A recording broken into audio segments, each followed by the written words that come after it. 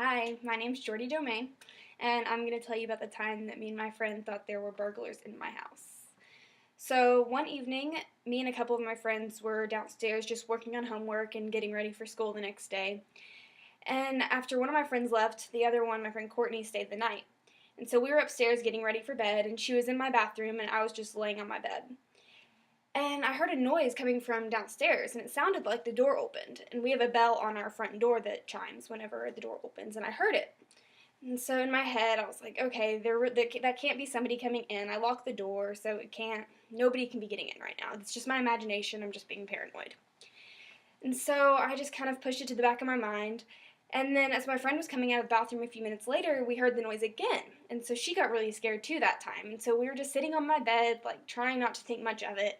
And then we heard it again. And so we were really getting scared now. And then it sounded like there were footsteps, and it sounded like somebody was rummaging through our drawers in the kitchen.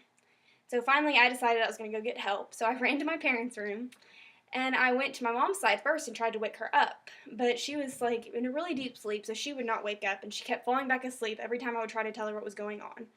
And so then there was the noise again. And so my dad woke up to it that time, and he asked what was going on, and I was like, Dad, there's somebody in our house. And so he jumped out of bed.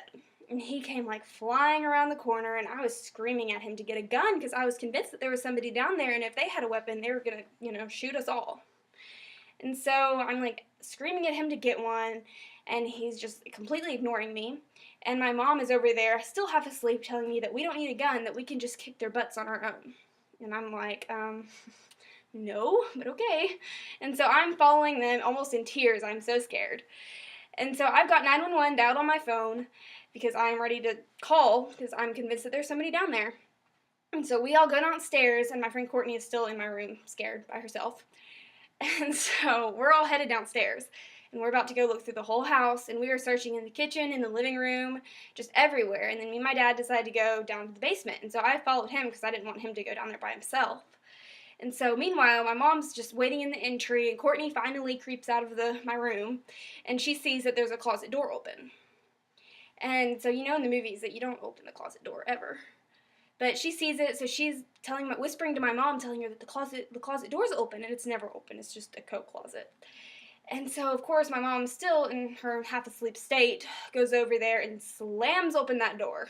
And, of course, there's nobody in there, but still. And so, finally, me and my dad come back upstairs, and we're all in the living room just, like, looking around, just wondering what that noise could possibly be. So finally, we hear the noise again, and everybody screams. And we look over, and it's just the cats playing in the kitchen. And they're just jumping on the counters and jumping on the door, and like it was the cats the whole time, which was kind of what I was thinking to begin with. But I guess I just got so paranoid that I was convinced that we had a burglar in the house that was going to murder us all.